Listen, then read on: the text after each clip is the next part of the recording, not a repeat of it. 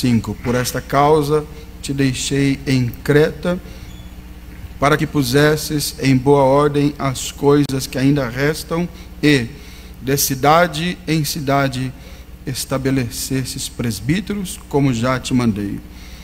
Verso 6, aquele que for irrepreensível, marido de uma mulher que tenha filhos fiéis, que não possam ser acusados de dissolução, nem são desobedientes. Verso 7, porque convém que o bispo seja irrepreensível, como despenseiro da casa de Deus, não soberbo, nem iracundo, nem dado ao vinho, nem espancador, nem cobiçoso de torpe ganância.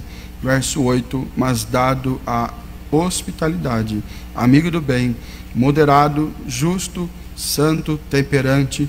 Verso 9, retendo firme a fiel palavra, que é conforme a doutrina, para que seja poderoso tanto para admoestar com a sã doutrina, como para convencer os contradizentes. Verso 10, porque há muitos desordenados, faladores, vãos e enganadores, principalmente os da circuncisão. Verso 11, aos quais convém tapar a boca, homens que transtornam casas inteiras, ensinando o que não convém por torpe ganância. Verso 12, um deles, seu próprio profeta, disse: os cretenses são sempre mentirosos, bestas ruins, ventres preguiçosos. Verso 13, este testemunho é verdadeiro, portanto, repreende-os severamente, para que sejam sãos na fé.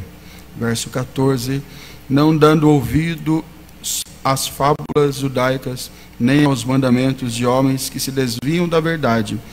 Verso 15, todas as coisas são puras para os puros, mas nada é puro para os contaminados e infiéis. Antes, o seu entendimento e consciência estão contaminados. Verso 16, confessam que conhecem a Deus, mas negam-no com as obras, sendo abomináveis e desobedientes e reprovados para toda boa obra. Quantos podem dizer amém? É uma leitura um tanto extensa, mas necessária, até porque estamos em uma escola bíblica e o nosso material principal de estudo é a palavra de Deus. Na carta que estamos estudando, escrita por Paulo, conforme é evidente para todos nós, e não há muito o que discutir quanto a isso, nos anos 60 a 64, provavelmente. Como toda carta, ela tem um autor, ela tem um destinatário ou alguns destinatários, e ela tem também a sua razão de ser, o seu propósito, o porquê ela foi escrita, e daí o seu conteúdo. Então, o conteúdo, ele prova, ele revela a razão da carta ser escrita. Segundo os estudiosos, conforme está aí na apostila que eu coloquei para os irmãos, a referida carta dá destaque à questão doutrinária e também ao comportamento dos crentes e especialmente obreiros. E aqui vale comentar que todos nós sabemos que é uma carta pastoral. Por isso, uma atenção especial para os obreiros. E também ela trata da família e da sociedade em modo geral, e especialmente da igreja de Cristo que estava ali na ilha de Creta, que eram algumas cidades que formavam aquela ilha, e ali Paulo passou, estabeleceu um trabalho e teve agora também que orientar aquela igreja e o líder daquela igreja, que no caso, neste momento, é Tito, que foi o obreiro que Paulo deixou ali como pastor da igreja ou das congregações daquela ilha na cidade de Creta. Bom, Creta era considerada uma ilha em meio ao paganismo, uma ilha fundada na imoralidade, principalmente nessa época. Daí vem, inclusive, a palavra sincretismo. Muitos de nós usamos essa palavra, sincretismo, né? Ela vem deste momento da história, porque eram várias cidades na ilha de Creta que, por vezes, se juntavam para lutar, guerrear, se defenderem contra os inimigos. Daí vem a palavra sincretismo.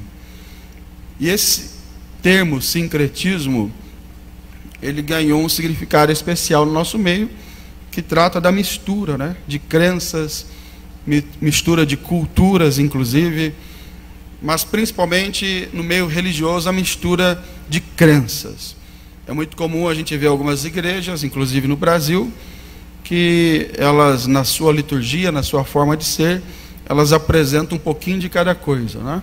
E às vezes até igrejas ditas ou conhecidas como evangélicas, que estão aí na TV, na mídia de modo geral, e você olha e você vê um pouquinho de cada coisa, né? Tem um pouquinho do evangélico, do protestante, tem um pouquinho do romanismo, tem um pouquinho até das religiões afro, que também estão presentes no Brasil, e vai misturando tudo, e faz aquela salada, como a gente diz, né? Salada de frutas, né? Mistura um pouquinho de cada coisa, e sai o resultado, que é um sincretismo religioso, que é a mistura de várias crenças, de vários conceitos, que no nosso caso jamais será algo bom.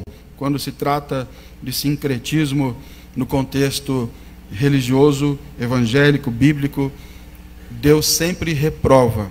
Deus escolheu para si um povo especial, um povo que tem uma identidade, e especialmente nós da Assembleia de Deus. Ontem aqui no culto, enquanto eu ouvia a ministração, via, sentia e desfrutava da presença de Deus, eu estava ao lado do meu pai e disse para ele: eu não troco essa amada igreja, Assembleia de Deus, por nada, porque nós ainda temos essa identidade maravilhosa. A presença do Espírito Santo continua conosco, né? Ontem o pastor Abiezer ensinou sobre o fato da arca estar conosco e não necessariamente termos a presença de Deus, porque às vezes temos a arca, né? E usando no nosso contexto atual, às vezes temos toda a estrutura, a liturgia, e pode ser que não tenhamos a presença de Deus por alguma razão, mas eu quero afirmar que nós, na Assembleia de Deus, ainda temos a estrutura, a instituição, a liturgia, que tudo é muito bom, os hinos da harpa, essa liturgia linda e saudável que nós obedecemos, os horários que obedecemos, mas acima de tudo nós temos também e principalmente a presença de Deus em nosso meio. Nós ainda temos uma identidade. A gente sai lá do Sudeste, lá do interior de São Paulo, Birigui, a 530 quilômetros de São Paulo, da capital. Estou mais próximo do Mato Grosso do Sul do que de São Paulo, mais próximo de Campo Grande, a capital do Mato Grosso do Sul, do que a capital do estado de São Paulo. A gente sai de tão longe, vem aqui e não sente quase nada de diferença. Algumas diferenças regionais, a forma de falar, mas na realidade a essência é a mesma, porque nós somos assembleanos e, acima de tudo, somos crentes em Jesus e desfrutamos da presença do Espírito Santo. Mas esse sincretismo vem lá de Creta, porque era uma ilha afundada na imoralidade, no paganismo, mas ali também chegou a igreja. Ali também chegou o apóstolo Paulo, que foi o grande líder do cristianismo, como ouvimos aqui ontem na introdução da mensagem do pastor Elianai Cabral. Ali também chegou o evangelho. E isso nós aprendemos, ou com isso aprendemos que não importa quão ruim seja o lugar, não importa quão difícil seja o lugar, o evangelho também chegará. Se já não chegou, chegará naquele lugar. Às vezes há lugares no Brasil, falando agora do Brasil, que são tão difíceis, mas o evangelho também chegou lá.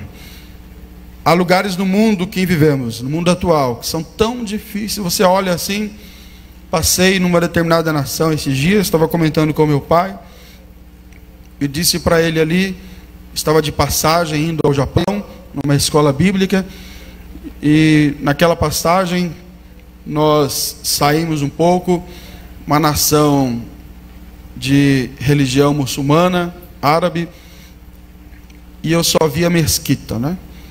E eu disse para os irmãos, os obreiros que estavam comigo: será que a gente não consegue um dia ter um trabalho missionário aqui? Trazer um missionário para cá? E conversando sobre missões, de repente a gente para num lugar para tomar um sorvete, e a pessoa que foi nos atender, a gente começou a conversar, descobrimos que é do Quênia, continente africano. Perguntei se ele era cristão, ele falou que sim. Perguntei de onde, aí ele falou: Assembly of God, sou assembleano. Lá no meio dos muçulmanos, a primeira pessoa que eu falei era um assembleano. Aí comecei a perguntar para ele: tem igreja aqui? Ele: ainda não, formada não pode. Mas a gente se reúne, algumas pessoas que vieram para cá para trabalhar, a gente se reúne em alguns hotéis, alguns lugares, e eu vi, irmãos, que o evangelho vai entrando. Eu estava no Japão, na escola bíblica, e o presidente da convenção me contou que mudou agora o imperador no mês de maio, e na mudança do imperador teve uma cerimônia, e pela primeira vez na história do Japão, a cerimônia, quem cantou foi a filha do pastor da Assembleia de Deus lá no Japão, presidente da convenção.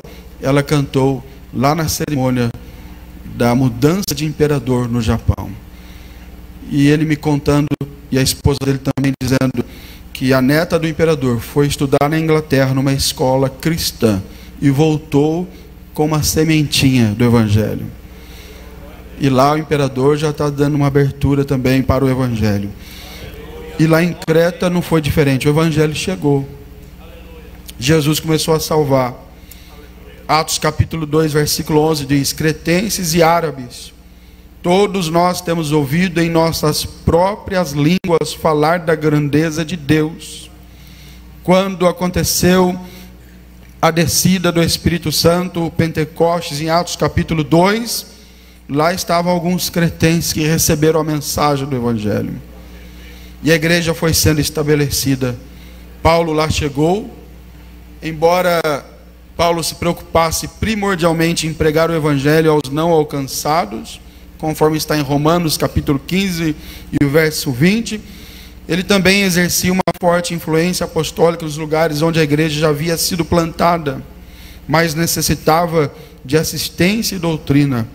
Paulo, embora talvez não tenha sido o fundador da igreja ali, porque já havia uma semente vindo lá de Atos capítulo 2, o dia de Pentecostes, mas ele foi lá para estabelecer a igreja, para tornar aquela igreja forte, para ajudar a igreja no que diz respeito à doutrina, ao ensinamento da palavra de Deus.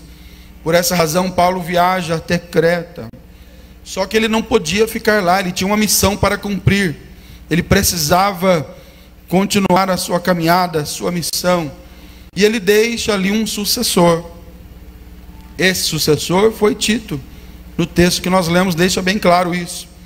Agora, o que me chama a atenção, já neste início da nossa palavra, veja o que diz o versículo de número 5, capítulo 1, verso 5. Se algum irmão puder ler para mim, por gentileza, capítulo 1, verso 5, da carta de Paulo a Tito. Por esta causa te deixei em Creta, para que pusestes em tua ordem as coisas que ainda restam, e de cidade em cidade estabelecessem presbíteros, como já te mandei.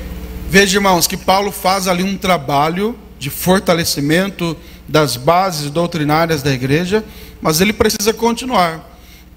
E ele agora deixa um sucessor que é Tito, que aliás, está aí na apostila, o seu nome significa honrado, respeitável. E aqui vale um comentário também, por se tratar de uma escola, vamos devagarinho. Ninguém ficará na responsabilidade de um trabalho se não tiver as virtudes que estão no significado do nome Tito, se não for alguém honrado, respeitável.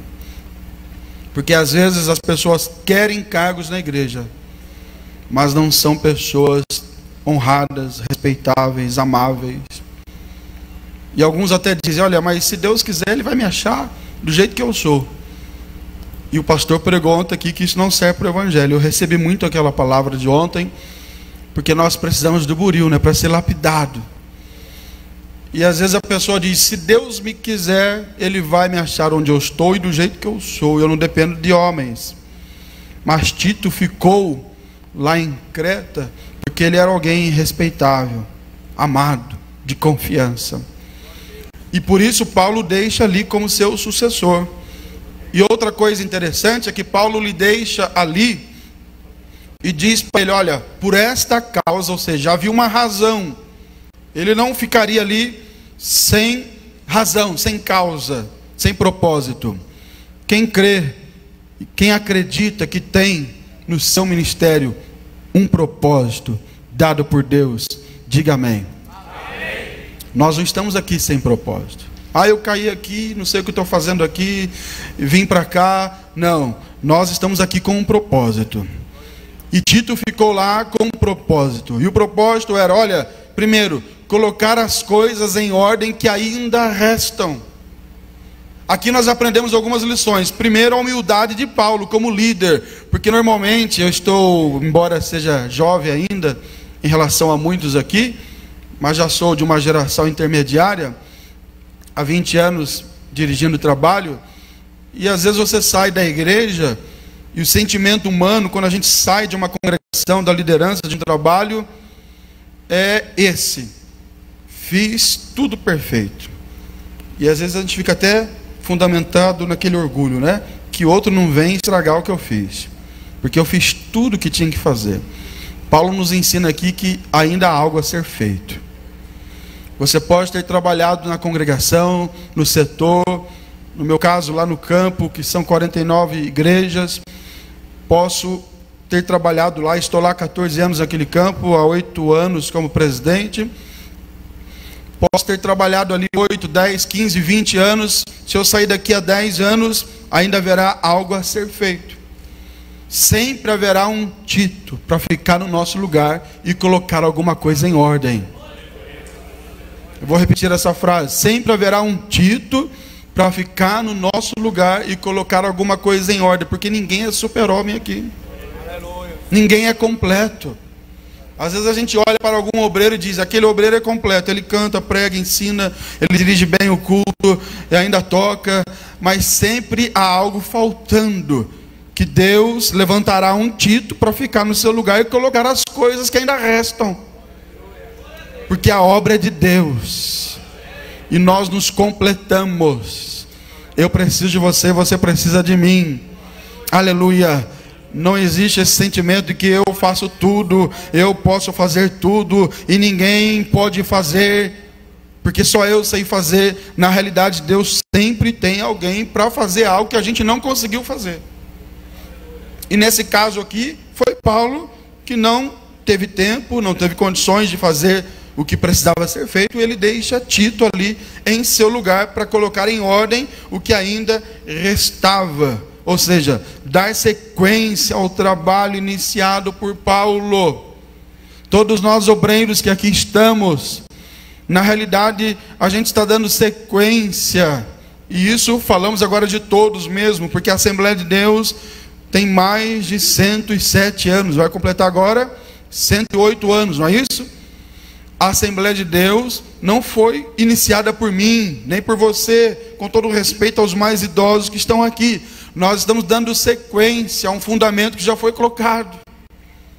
E se falarmos de cristianismo e não apenas de Assembleia de Deus, muito mais ainda, porque o próprio Paulo, escrevendo para a igreja em Corinto, disse: olha, eu como sábio arquiteto coloquei o fundamento, agora os outros que vêm depois, vejam bem como vão construir.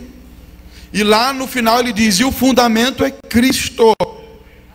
Nós estamos aqui não é para inventar nada, não é para criar nada nesse sentido, mas é apenas e tão somente para continuar uma obra que nasceu lá em Atos capítulo 2, como resposta da promessa que Jesus fez: eu edificarei a minha igreja e as portas do inferno não prevalecerão contra ela. Estamos apenas continuando. E Tito ficaria ali, como de fato ficou, dando sequência ao trabalho do apóstolo Paulo. Agora, para ficar no lugar de alguém, como Paulo especialmente, e contextualizando e aplicando para a nossa realidade, como um obreiro que é a sua referência, que é o seu pastor, que é o seu líder, para ficar no lugar dele, primeiro tem que ser um filho verdadeiro. Olha o que diz o texto, capítulo 1, versículo de número 4 agora. A Tito, ele está agora endereçando a carta. Para quem eu estou escrevendo? Para Tito, que é amável, respeitável, honrado. E ele diz, meu verdadeiro filho. Algumas palavras na Bíblia a gente acha que está ali por acaso, mas ele poderia falar tão somente a Tito, meu filho. Mas ele diz, a Tito, meu verdadeiro filho. E eu estou falando agora de filhos ministeriais. Há filhos ministeriais que não são tão verdadeiros. Os irmãos que receberam ontem aqui a oração, ao serem apresentados como auxiliares, cooperadores, oficiais da igreja, quando recebem a oração, eles se tornam filhos daquele que apresentou. Quando alguém coloca as mãos sobre a nossa cabeça e nos consagra ao diaconato, ao presbitério, ao ministério, nos tornamos filhos daquele que orou por nós. Agora a pergunta é, que tipo de filho eu estou sendo? Que tipo de filho nós estamos sendo? Será que filho verdadeiro? Ou um filho não tão verdadeiro assim? Para não dizer falso, para não dizer mentiroso, porque a Bíblia diz aqui sobre os mentirosos. Mas eu não quero ser tão pesado assim. Tito é chamado de filho porque ele devia a sua vida espiritual e ministerial, principalmente a ministerial, para Paulo, o seu mentor. E ser filho fala de referência. Qual tem sido, ou quem tem sido a nossa referência? Eu coloquei na apostila ainda na página 21, o obreiro precisa de referências espirituais saudáveis. Um filho traz consigo características do pai. Exemplo, está aqui à minha esquerda o meu pai, bonito. Está aqui o filho, bonito também. Vocês podem dizer amém? Só não tem a cabeça branquinha ainda, né? Mas chegarei lá, se Deus permitir. Um filho traz a característica do pai. Um filho, ele traz os traços do pai. O jeito de falar às vezes, o jeito de andar, até os gestos, porque ele tem o pai como referência. E no ministério, também temos referências. Pode prestar atenção que o obreiro que trabalha muito tempo ao lado de um pastor, ele vai se tornando igual ao pastor. Já observou isso? Ele dirige o culto igual, ele até prega igual às vezes. Até o jeito de falar é igual. Não é que o pastor impõe isso, é que é uma coisa automática. Mas quem está lá em São Paulo com o pastor Zé Wellington, que é o nosso caso, o pastor Zé Wellington tem um famoso aleluia, né? Aí quase todo mundo fala um aleluia igual ali. Mas não é porque ele pediu, não é lei. É que é automático. A gente vai muito tempo convivendo, vai aprendendo. E ele é a nossa referência ali, não só em São Paulo, mas em todo o Brasil. Precisamos de referências. Olha o que diz 2 Crônicas 17:3. Quem pode ler para mim? 2 Crônicas 17:3. E o Senhor foi com Josafá, porque andou nos primeiros caminhos de Davi, seu pai, e não buscou Baali. Agora eu pergunto aos irmãos: Davi era pai de Josafá, biologicamente falando? Sim ou não? Não. Está falando de referência. Ao mesmo tempo, a Bíblia, não vou citar aqui, apresenta outros textos e outros exemplos de alguns reis que foram maus, que na realidade foram a maioria, e eles pegaram referências negativas. Mas aqui, quando fala de Josafá, que foi um rei piedoso, a Bíblia diz que ele andou nos primeiros caminhos de Davi, seu pai, ou seja, a sua referência. O seu modelo de liderança foi Davi, seu pai, ele não buscou a idolatria, a Balaíns. Todos nós aqui precisamos de referências saudáveis. E a escola bíblica é para isso, para a gente ouvir alguém e sair daqui. Eu quero, não é imitar, cada um tem a sua característica, não é imitar, mas eu quero ter uma vida ministerial parecida com aquele pastor, parecida com aquele líder, parecida com aquele que ministrou na escola bíblica. Olha a forma que ele ministrou, olha a forma que ele nos ensinou, ou então olha a forma que ele administra a igreja, olha a forma que ele dirige a congregação, o setor, o campo. Precisamos de referências saudáveis. Ser filho também fala de dependência. Ontem estávamos conversando após as aulas, e o pastor Daniel citou uma frase que se aplica aqui neste tópico, já na página 22. Ser filho fala de dependência. Pastor Daniel Nunes disse assim, que um pastor, que não me recordo o nome, disse para ele, quando ele foi consagrado para obreiro, disse assim: olha, você sempre será pai do seu filho, mas você nunca será pai do seu pai. Parece uma frase tão óbvia, mas tem uma riqueza aqui nessa frase. O que ele estava dizendo, aquele pastor? Você nunca será independente daquele que é o seu pai, que é o seu líder espiritual. Isso significa que o obreiro não pode estar solto. E quando eu falo de dependência aqui, irmãos, não é subserviência, não é aquela dependência no sentido negativo, mas é a dependência espontânea. Você pode ter crescido no ministério, você pode ter se tornado um grande pregador, um grande líder, conhecido no Brasil e fora dele, mas nunca se esqueça daquele obreiro que às vezes é simples, e às vezes está no mesmo lugarzinho, mas um dia colocou a mão sobre a sua cabeça. Será que esses princípios ainda valem para nós na Assembleia de Deus? Porque alguns vão crescendo, vão se destacando, e o nome vai aparecendo nos cartazes, nos eventos, e aquele primeiro obreiro lá da congregação que deu a primeira oportunidade é esquecido. É uma escola bíblica, podemos falar isso, irmãos? Eu cito aqui um obreiro chamado Gersi, pastor Gersi. Meu pai conheceu, ele já dorme no Senhor. E num período que eu congreguei na cidade de Campinas, na Assembleia de Deus ali em Campinas, trabalhava naquela cidade, congregava lá. E eu cheguei já como presbítero, e eu até disse para minha esposa, eu era bancário na época, e eu disse para ela: não quero muita responsabilidade não, eu quero ficar parado. Já tinha ajudado a dirigir trabalhos, trabalhava com missões desde aquela época, trabalho até hoje. E eu disse para ela: eu quero ficar parado, quero ficar quietinho aqui. Fui lá para a sede, grande, né? Vou ficar escondido aqui. Mas nunca perdi a escola dominical, né? Porque o pastor que está aqui à minha esquerda, meu pai, ele dirigia uma congregação, mas ele era professor da escola dominical na sede também. E aí ele ia de manhã na sede dar aula e mudou a escola da congregação para o período da tarde. E eu dizia para ele, talvez ele não se lembre disso, porque quem bate esquece, mas quem apanha não esquece. Mas eu não apanhei literalmente, né? São palavras, mas são palavras boas. E eu dizia assim para ele: pai, não precisa ir na escola à tarde não, eu não vou não. Ele dizia: vai sim. Eu já ia de manhã e à tarde. Já tinha ido na sede, o senhor lembra? Aí ia à tarde também. Vai sim. Então eu aprendi sempre na escola dominical, e um período da vida de manhã e à tarde, porque ele falava: vai de novo. Estou abrindo o coração aqui para o senhor agora, publicamente. Mas isso foi bom para mim, porque escola dominical, irmão, não consigo ficar sem. Às vezes viajo, chego tarde, mas escola dominical estamos lá.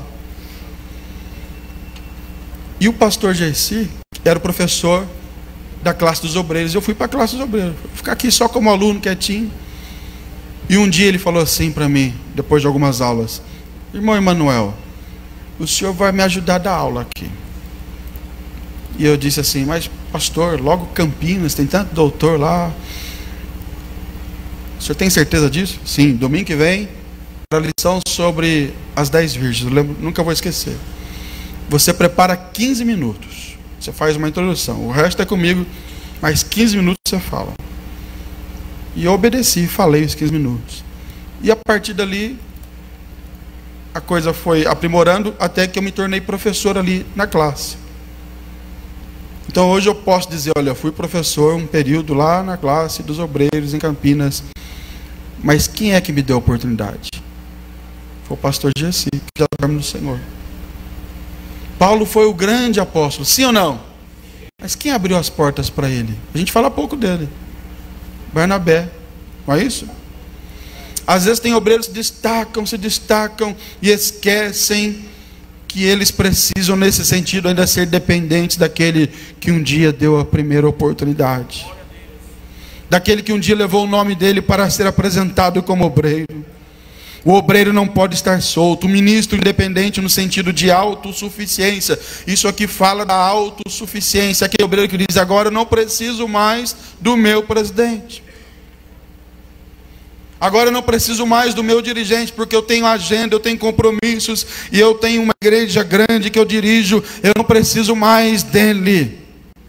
Mas a palavra de Deus nesta tarde, o Espírito Santo nos faz lembrar, jamais abandone aquele que colocou as mãos sobre a sua cabeça. Aleluia! Aleluia. Quantos estão compreendendo e pode dizer um glória ao nome de Jesus? Jamais, porque senão entra um espírito, um sentimento de autossuficiência. Não dependo mais. Sem citar nomes, claro, há poucos dias alguém comentou comigo de um pregador bem conhecido, inclusive tenho até amizade com ele, mas ele cometeu esse erro de quando o pastor lhe pediu algo e ele disse assim que não ia. E o pastor não gostou muito, e ele falou para o outro lá, assessor, eu não dependo mais dessa igreja. Eu tenho agenda no Brasil inteiro. E a palavra pesou. Pesou. Está pesando sobre a vida dele. E nós ouvimos aqui ontem que não importa o momento agora, e o final. Como será o final? Alguém já disse que o mundo dá? Vamos repetir, o mundo dá? Talvez hoje você não dependa, talvez não dependa mesmo, mas não precisa depender, se faça dependente. Quem compreendeu? Jesus precisava ser homem, mas em Filipenses capítulo 2 diz que ele se fez servo. Então às vezes você nesse momento não dependa mesmo. Não depende financeiramente, não depende de agenda, não depende de igreja, não depende do seu presidente, mas essa escola é para mostrar para mim e para você, se faça dependente, porque autossuficiência não cabe no ministério. Aliás, em lugar nenhum, e principalmente no ministério. Filho fala de dependência. Outra coisa, ser filho é ser eternamente inferior. Você nunca, nós nunca seremos superiores ao nosso Pai. Nunca. Ele sempre será maior do que nós. Biologicamente falando, sim, também. E ministerialmente falando, também. Um filho pode conquistar mais que o pai. Está aí na apostila, estou lendo agora. Pode ficar mais rico que o pai. Pode adquirir mais conhecimento intelectual que o pai. E outras conquistas secundárias, mas um filho jamais terá mais experiência de vida que um pai. Pelo simples fato de que nenhum filho chega antes no mundo. Nenhum filho chega antes que o pai. Essa é a lei que Deus implantou, Deus instituiu. O filho será sempre eternamente inferior ao pai. E no ministério não é diferente, um filho será sempre inferior ao pai. Mas é preciso ser filho genuíno. Tito não era apenas um filho, mas ele era um filho genuíno. Ser genuíno fala de ser legítimo. Fala de ser verdadeiro. É aquele que não sofreu alterações e nem modificações. É aquele que não se misturou, não sofreu adulteração. Há alguns obreiros que são filhos, mas lhes falta a genuinidade. Como assim, pastor? Na frente do pastor, meu pai, meu chefe, que eu nem gosto dessa palavra, porque chefe é lá fora. Aliás, lá na empresa já não usa mais chefe, não é? Já não se usa mais isso. Empregado, chefe, é outro linguajar lá. Não gosto dessa palavra chefe, mas é pastor. E alguns chegam e dizem: meu pastor, meu pai, conta comigo. Mas quando viram as costas, não são verdadeiros, não são genuínos, não são sinceros. É mera média. Sabe aquele fazedor de média? Principalmente em dia de aniversário de pastor. Alguns vêm, fazem aquela média, conta comigo, o Senhor pode sempre contar comigo e tal, para o povo ver, para o povo ouvir, não é? Faz média, mas no dia a dia não é verdadeiro. É preferível a gente não falar nada, mas ser realmente fiel com as nossas ações. Exemplo, um marido, quem é casado aqui, levante a mão. Não adianta ficar dizendo o dia todo para a esposa: eu te amo, eu te amo, eu te amo, mas não paga nem uma coxinha para ela.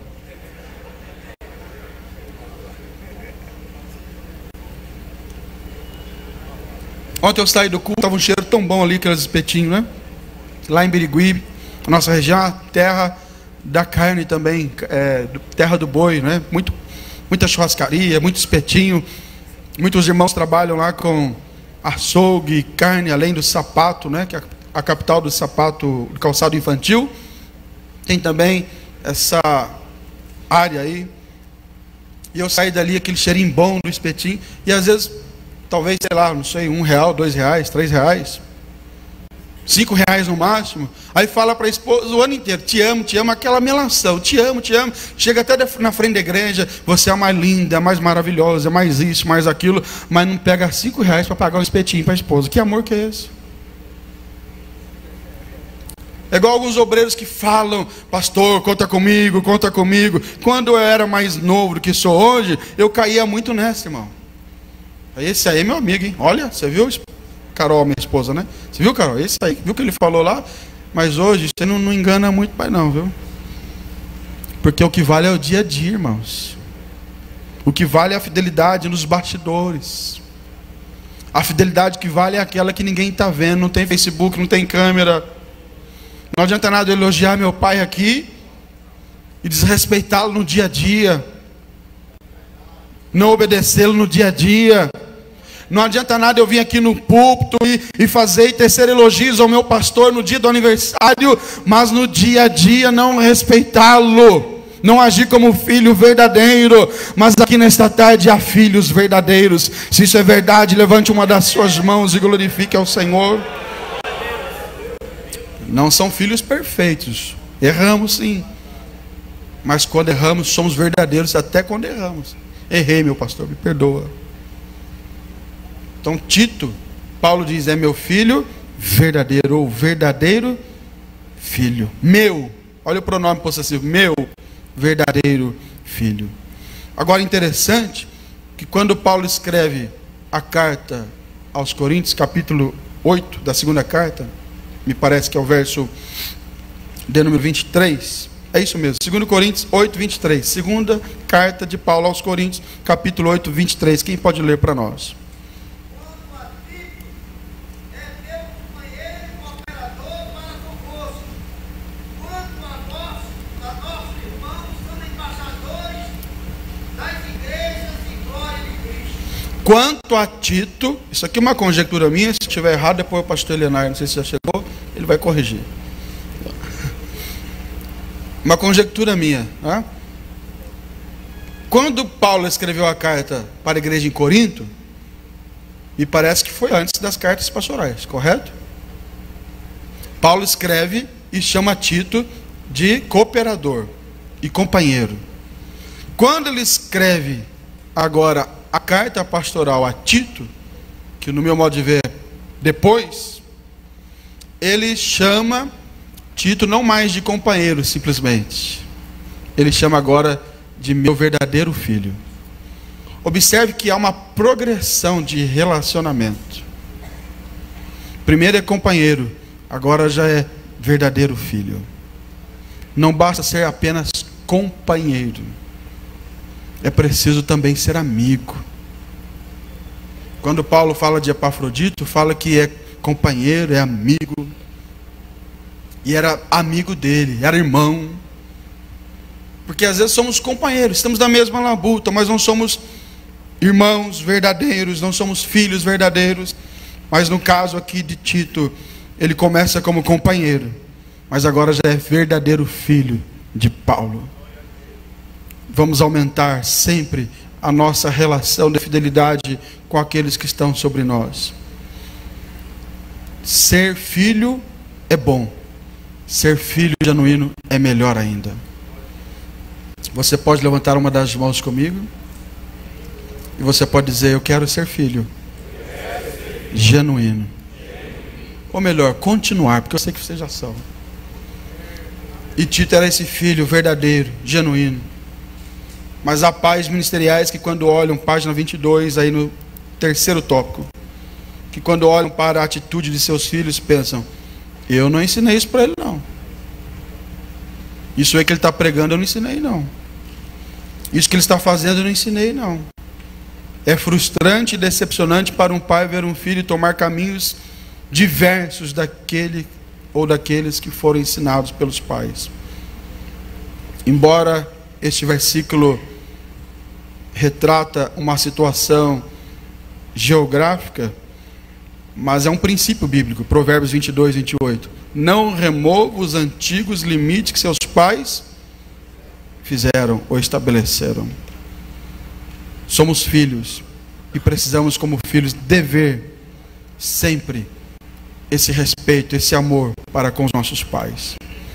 Agora olha o próximo tópico. Um filho tem direito à sucessão. Eu trabalho com direito, com advocacia também. E o direito de família, direito de sucessão, isso a lei estabelece. E no ministério? Se na vida comum já é assim, no ministério? No ministério, um líder também passará a sua liderança para os seus filhos. E eu não me refiro aqui a filhos biológicos simplesmente. Não que um filho de pastor também não possa ser ou receber do pai a liderança, mas não são todos chamados para isso. Isso não pode ser uma prática rotineira, mas aqueles que têm um chamado de Deus podem também receber como filhos biológicos a liderança do seu pai. Mas eu me refiro aqui à questão ministerial. Aquele que está ali servindo com fidelidade ao seu pai, ao seu líder, ao seu pastor, ele também receberá a bênção do seu pastor. Exemplo, na Bíblia, Moisés tinha um filho chamado Josué, que estava junto com ele. Porque às vezes alguns obreiros dizem: olha, eu não tenho compromisso com o homem, eu vou ficar lá distante, se Deus quiser me achar, me acha lá. Mas eu te digo nesta tarde, com muita humildade e respeito, esteja ao lado do seu pastor. Não é ao lado, como já disse, para bajulação, mas é ao lado para servir. Moisés tinha Josué. Elias tinha quem, irmãos? E olha que Elias até quis: não, fica longe de mim. E Eliseu falou: olha, eu não te largo, eu não te deixo. E ele recebeu a bênção de Deus na sua vida. Paulo tinha Timóteo, tinha Tito. Paulo não deixaria em Creta um desconhecido, alguém que não falasse a mesma língua. É preciso falar a mesma língua. É preciso ter o mesmo norte, a mesma direção, a mesma visão. Aliás, duas visões é a palavra divisão. Às vezes você pensa assim: mas eu não concordo com isso. É um direito nosso não concordar. Mas aquele que está sobre nós, aquele que é o nosso líder, ele tem a visão. Deus deu a ele a visão. E Paulo deu a Tito a visão: olha, fica aí em Creta. Para fazer o quê? Página 22, lá no finalzinho. Para dar continuidade ao trabalho e aprimorar o trabalho. Continuidade é segmento, sequência. Aprimorar é melhorar, aperfeiçoar. Entendo que quando Paulo escreve para Tito, ele está dizendo, claro, deixando claro que Tito deveria atentar para o propósito, uma missão a ser cumprida. Ele não estava lá por acaso, havia uma causa, e a causa foi pré-determinada. É por isso que eu estou te deixando em Creta, Tito. Esta causa é delimitada no texto da carta. O obreiro precisa ter ciência da causa da sua estada no ministério, inclusive a causa de estar em determinado lugar. Porque às vezes o pastor diz, olha, fica lá em determinado lugar para fazer isso até tal tempo. E quando ele chega lá, ele muda a causa, muda o propósito. Não pode, é preciso continuar e aprimorar, se necessário for, aquilo que recebemos de alguém. É preciso o que mais também, além de aprimorar? É preciso, aí o tópico 2, para a gente cumprir o horário, é preciso frutificar. Tito não deveria apenas continuar e aprimorar o trabalho, ele deveria também frutificar, ou seja, gerar filhos ministeriais. Sua missão era formar obreiros de cidade em cidade. Porque às vezes o obreiro recebe o trabalho, recebe a missão, e ele guarda para si, ele centraliza, direciona tudo para si mesmo. Você conhece algum pastor que dirige o culto? Ele chega, dirige a oração, ele canta os hinos da harpa, ele faz a leitura oficial, ele ora depois, ele distribui as oportunidades, ele prega, ele faz o apelo. Só faltou ele aceitar Jesus, porque o resto ele fez tudo. Ele não delega, ele não frutifica, ele não dá fruto. Dar fruto, irmão, fala de gerar, de multiplicar. A multiplicação é um princípio bíblico, Gênesis 1:28. E Deus os abençoou e disse: frutificai e multiplicai. Aleluia, estamos aqui para aprender e frutificar e multiplicar. Não é para guardar conosco, não. Deus nos chamou para gerar, para frutificar e multiplicar no seu reino. Jesus também falou sobre isso. Não fostes vós que escolhestes a mim, mas eu escolhi a vós e vos nomeei, ou seja, dei autoridade, deleguei, para que vades e deis fruto, e vosso fruto permaneça. Aleluia. Quantos de nós queremos frutificar mais no trabalho, multiplicar, frutificar? Dê um glória ao nome de Jesus, o frutificador. Ele é uma bênção, irmãos. Ele é uma bênção, porque ele está tocando o instrumento dele, mas já está pensando em alguém para ele ensinar, para que o dia que ele faltar tenha alguém. Agora tem outros que não, ele quer que não tenha ninguém, para que quando falte, ele fica um vazio. Isso é egoísmo. Mas Paulo falou, fica aí e vai estabelecendo presbítero, vai multiplicando, de cidade em cidade, vai dando continuidade, vai aprimorando, vai multiplicando. Que mais? Qual outra razão? Estou terminando. A missão do compartilhamento da liderança. E que cada cidade, ou em cada cidade, estabelecesse presbíteros, como já te orientei. Que belo exemplo. No ministério, diga comigo, no ministério. Estou lendo agora a página 23, lá no finalzinho. No ministério, diga. Precisamos compartilhar a liderança. Olhe para mim e escute, ninguém faz nada sozinho. Ninguém. Não sou o melhor exemplo aqui, não quero fazer esse papel. Há homens muito experientes aqui na nossa retaguarda. Mas temos cultos familiares nas casas. Temos lá no nosso campo um trabalho de cultos nos lares. E ali a gente pega um obreiro mais experiente e coloca 3 ou 4 menos experientes e vão dirigir culto. Vão trabalhar. Nos cultos da semana também há escalas. No mínimo 2 dirigindo os cultos. Por quê? Para as pessoas crescerem. E as pessoas crescendo na obra, o obreiro crescendo, quem vai ganhar é o reino, irmãos. Não podemos ter aquela visão de, olha, eu quero que seja só eu. O dia que eu sair da igreja, tem pastor que nem pode viajar, porque se ele viajar não tem ninguém para fazer nada. A igreja para. Porque a igreja se tornou tão dependente dele, porque é só ele. E isso parece que é bom, né? Olha, eu sou bom, eu sou o cara e tal, e ninguém depende de mim. Ou melhor, eu não dependo de ninguém e todo mundo depende de mim. Eu faço tudo sozinho. E o dia que ele sai, ele fica até feliz porque deu errado. Está vendo? Precisam de mim. Mas ele está pensando nele. Mas quem pensa no reino, ele fica feliz quando sai e a obra continua do mesmo jeito e às vezes até melhor. Quem quer multiplicar no reino, frutificar, compartilhar, dê um glória a Jesus aí. Pastor, mas quem ensinou isso? Deus. Quando Deus foi fazer todas as coisas, inclusive o homem, Gênesis 1:26, ele diz assim: vou lá e vou fazer o homem. Foi assim que ele falou? Como está escrito, irmãos? Olha aí, Deus ensinou. Façamos. Plural. Quando ele foi tratar o caso lá da Torre de Babel, eu vou descer e vou confundir tudo.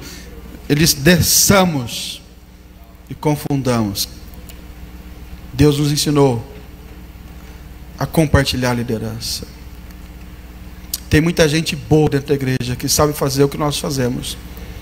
E às vezes até melhor do que nós. E na maioria das vezes melhor do que nós. Agora eu pergunto aos irmãos: se Deus que é soberano trabalha no coletivo, e eu e você? Se Deus que pode trabalhar sozinho, Ele chama a mim, chama você. Olha o privilégio, nós estamos aqui. Quem se sente privilegiado por estar aqui nesta tarde? Quem tem convicção de que foi chamado por Deus para fazer a obra dele, para ser, como diz o texto que já foi lido, embaixador dele aqui, levante as suas mãos e diga: obrigado, Senhor, porque o Senhor podia fazer sozinho, mas me chamou. Aleluia. Se Deus que é soberano trabalha na coletividade, pois nos escolheu para com Ele trabalharmos, para com Ele fazermos a sua obra. A Bíblia diz que lá na igreja primitiva os irmãos iam trabalhando, iam pregando, e o Senhor ia cooperando com eles. A gente não somente coopera com Ele, mas Ele também coopera conosco. Você começa a pregar e a palavra vai trabalhando. Você começa a evangelizar, a palavra vai trabalhando. Você coloca as mãos e ora por alguém, e Jesus vai cooperando, curando as enfermidades. O trabalho é coletivo. Paulo ensinou a Tito que ele deveria ficar ali e multiplicar, e gerar filhos, e dar sequência no trabalho, e aprimorar o trabalho. Eu termino por aqui.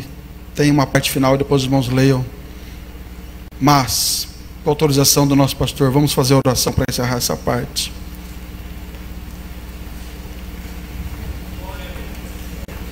Quem quer multiplicar mais no reino de Deus? Curva a sua cabeça e oremos juntos.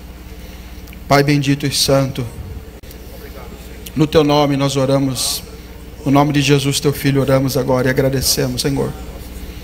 Agradecemos por esse momento de comunhão, por esse momento de palavra, de ministração. Foi a tua palavra que foi falada, Senhor. Não falei nada além do que está na tua palavra. E é ela quem vai trabalhar, é ela quem vai tocar nos corações, é ela que vem nos lapidando, como ouvimos aqui ontem, é ela que vem nos direcionando, nos ensinando, é ela que nos limpa, nos purifica, Senhor. E se da tua vontade for fazer isso agora, ó Pai, que o Senhor venha trazer sobre os corações aqui dos obreiros presentes um despertamento, um renovo espiritual. Que saiamos todos nós dessa escola com esse sentimento de que nós temos alguém que nos delegou essa missão importante, que é fazer a tua obra, que é dirigir o teu trabalho. Senhor, nos ajuda a ampliar a visão. Nos ajuda, Senhor, a ver que o Senhor tem muito mais a realizar por nós, através de nós. Mas antes de tudo, o Senhor quer realizar em nós, Senhor. Transforma a nossa mente, transforma o nosso coração. Em nome de Jesus. Quantos podem dizer amém?